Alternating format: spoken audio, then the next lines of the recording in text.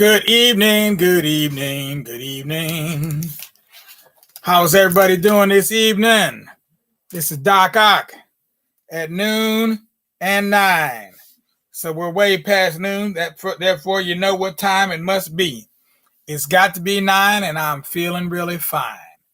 Just dealing with the real over here, bringing you some of the good news. So let's see what we got for tonight. Proverb for tonight is: dirt show the quickest. Dirt show the quickest on the cleanest cotton. Dirt show the quickest on the cleanest cotton. And you know, by the fact that we're talking about cotton, this must be a plantation proverb. Okay, another plantation proverb for you. Oh, look what I forgot. There we go. Knew I forgot something tonight. All right, so dirt show the quickest on the cleanest cotton. Plantation proverb. So we got an extra tonight, and our extra tonight is about none other than Garrett Morgan. That's right, the one, the only Garrett Morgan. Now, right here at Kent State, I went to school with a young man by the name of Adam Morgan. And yes, it's true. Adam is related to Mr. Morgan. And Mr. Morgan, Garrett Morgan, was an inventor, black man from right here in the great state of Ohio, Cleveland, Ohio. And he invented some things that people are using today in a particular kind of way. So let's see. What did Garrett Morgan from Cleveland, Ohio invent? First of all, Garrett Morgan was born in the year 1875. He lived all the way to 1963. And his two greatest inventions, were the gas mask and the automatic stop sign. Those were his two greatest inventions. So, a tunnel explosion 200 feet below the surface of Lake Erie trapped several workers. Wearing his invention, Garrett Morgan, his brother, and two other volunteers entered the smoke and gas-filled tunnel and saved many of the men. Now, during World War I, poison gas was used by the enemy, chlorine gas, as well as some other gases. But Morgan's invention saved thousands of lives. Okay, so you can see a picture here. There's a drawing of Garrett Morgan, Mr. Morgan, and you see some of the men over here wearing his invention in World War I. Now, the second invention was the automatic stop sign. Now, the original one that he made in 1923 actually had three parts. So it said stop here in the middle, and then it had these two parts that came out like this from the side. So when you were supposed to stop, when your side was supposed to stop, those two sides would go up like this. Okay, I believe that's how that worked. Yeah, those two sides would go up like that. But then when you were supposed to go, okay. So when these two parts went down, I think that's when you would stop. When those two parts were up, then that's when you would go. So it was very simple. Either stop or go. Okay. And he sold that his automatic stop sign to General Electric Company for a very large sum of money. And then the city of Cleveland awarded Garrett A. Morgan a gold medal for his contributions to public safety. See, but Garrett Morgan was one of the first black people in Cleveland to have a motorized vehicle. Everybody else was still riding around in horses and carriages, but Garrett Morgan had a motorized vehicle. And so as he was driving around, he noticed that the cars were having a lot of accidents at the intersections because nobody knew who was supposed to go first. People just tried to zip right on through. You got the horses and the buggies, and it was very confusing. And so that's why he came up with the idea of an automatic stop sign. Okay, automatic traffic signal. All right, now we're going to move on with our featured artist and story of the evening, which comes from the mind of Jackie Torrance. And actually, Jackie Torrance is a historic, she's a national treasure, much like Miss Lou in whose stories we read earlier, the Anansi stories from Jamaica. Jackie Torrance is almost very similar to the Miss Lou of the United States. She even reminds me of her because you can see right there, Jackie Torrance was a big woman, very large, as a matter of fact, but really nice person. You couldn't meet a nicer person. So the book is called The Importance of Pot Liquor. And I'm going to read the short introduction here. And then I'm going to read a story. Okay, so we'll do a little fable here. So here we go. The importance of pot liquor. This story of pot liquor has its beginnings in slavery. Now, the whole system of slavery was arranged this way. The strong women and men were made to work the fields. And the women were also used to produce big, strong babies for sale and trade. There were also yard slaves and kitchen slaves. The cook was usually a slave who had been on the plantation a long while and was entrusted with the management of the kitchen, the house, and the house slaves. The working plantation was often the site for large gatherings. The master and his wife were entertainers. They entertained the neighbors from nearby plantations and, of course, relatives, visiting friends, merchants, and tradesmen. Because back in the day, tradesmen would go from town to town. Maybe they might have a knife business or they might have something else. And they would actually have a cart. And they would just go from place to place. Of course, you also had the snake oil salesman, too. After a feast was held, there was much cleaning to be done. Pots, pans, and dishes had to be washed and put away. What food remained was used to feed the slaves. Now, we call that leftovers. The big pot that had been used to cook turnips, mustards, or collard greens had gallons of leftover seasoned liquid. This was called pot liquor. Now, this pot liquor was not thrown away, but simply added to other pot liquor from meat and beans. Once it was heated, cornmeal or flour was dropped into the boiling mixture. When the meal or flour was done, it would rise to the top and float. Some called it corn pone dumplings. Pot liquor dumplings were served to the field slaves, the yard slaves, and the children in the cabins. It was eaten with a spoon, sipped from a bowl, or drunk from a cup. Pot liquor was at one time a southern staple.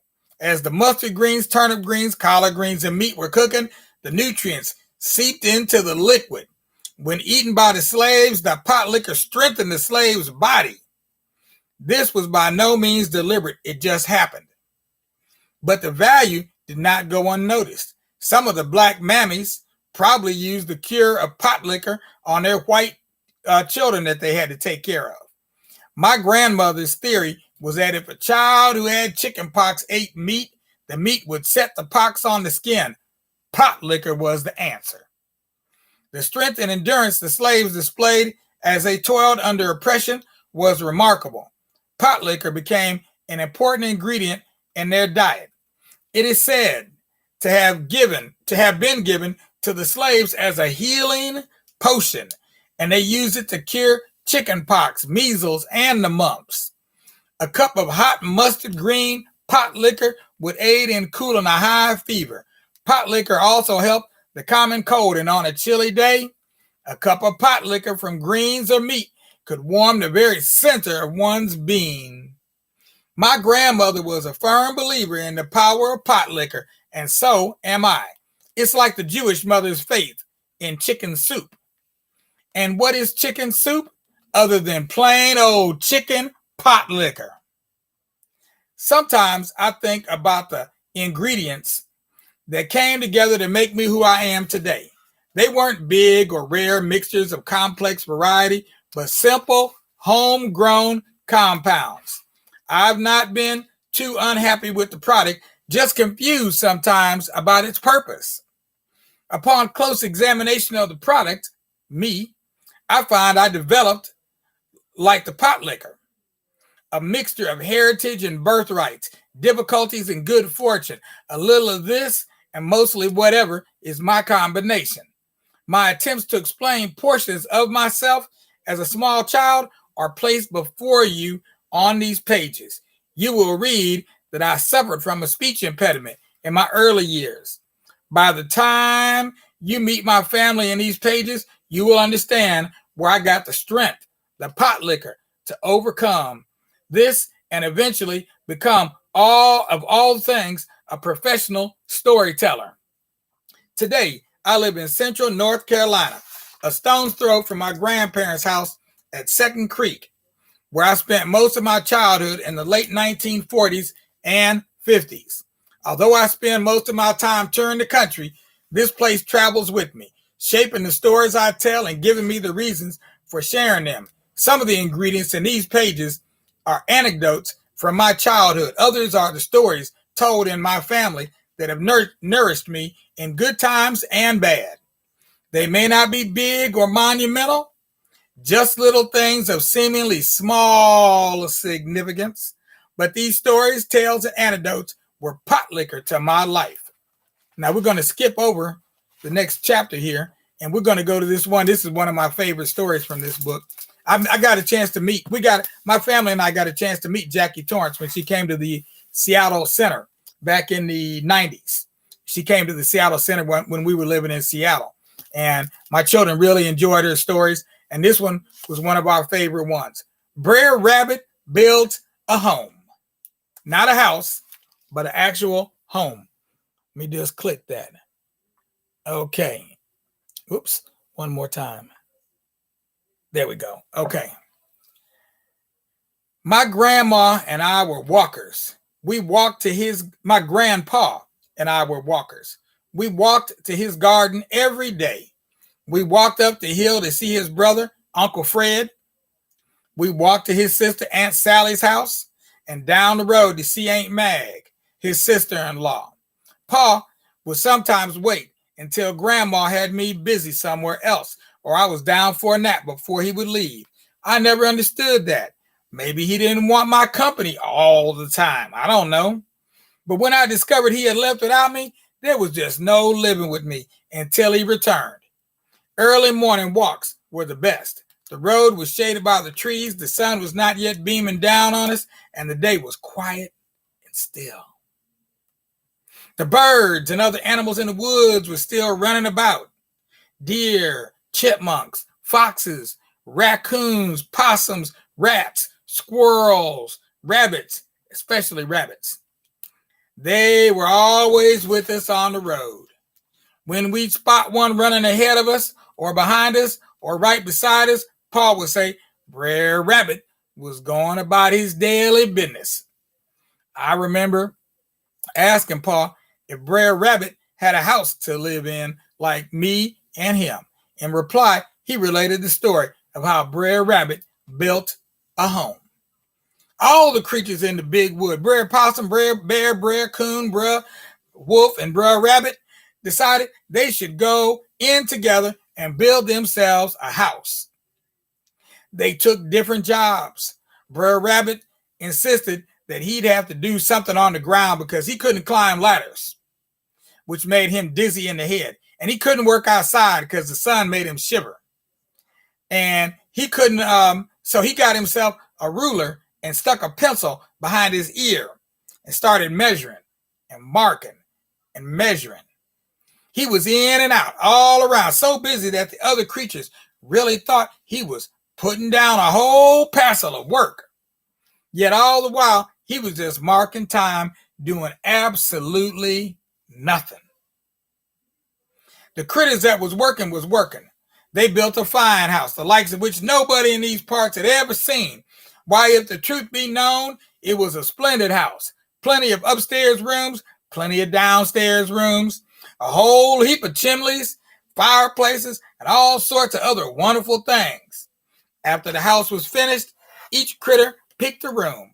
Old Brer Rabbit picked one of the upstairs rooms and proceeded to furnish it.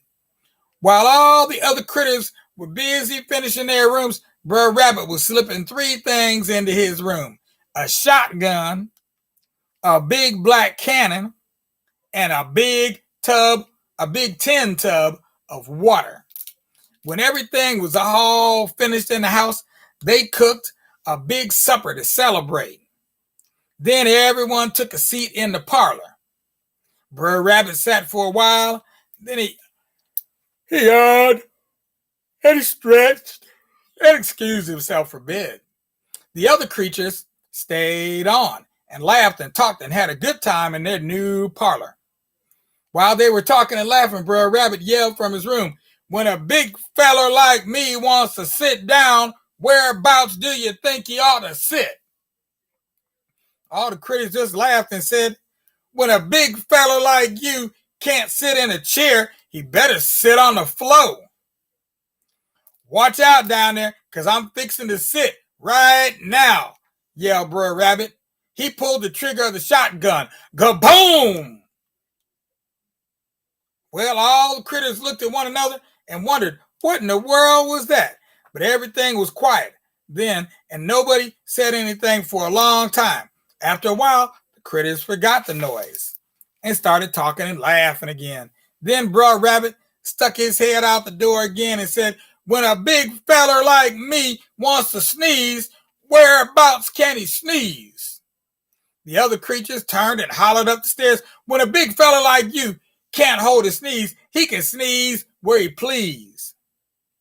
"Watch out down there, because I'm going to sneeze right here," said Br'er Rabbit, and he lit the fuse on the cannon. Kaboom! Well, the sound of the cannon knocked the critters out of their chairs. The glass shook in the windows, the dishes rattled in the cupboard, and Br'er Rabbit hit the floor right on his bottom. "Lordsy be," said Br'er Bear. "I think Br'er Rabbit has a powerful bad cold. I think I'm going to step outside for a breath of fresh air." All the critters settled down again and were talking amongst themselves when Br'er Rabbit yelled out another time, "When a big fella like me wants to take a chew of tobacco, whereabouts is he supposed to spit?" The other critters hollered back to Br'er Rabbit, mad as they could be, "If you be a big man or a little man, spit where you please." "Look out down there," yelled Br'er Rabbit. "I'm fixing to spit." About that time, he turned over the tub of water and it came rolling down the steps. Splash! Well, every one of the critters heard it coming at the same time. They all took off in different directions. Some jumped out the windows, some bolted through the doors. Everyone went in a different direction, but they all cleared out of that house. Old Br'er Rabbit locked the doors, closed the windows, went to bed, and slept like he owned the world. Only because he did. And there you have it, the story of Br'er Rabbit. What is it? How's it go? Br'er Rabbit builds a home. Br'er Rabbit builds a home. There you go. That's the story. So, I've gone over my time by a little bit. So I'm just going to have to chalk it up and quit. This is Doc Ock at noon and 9 signing out.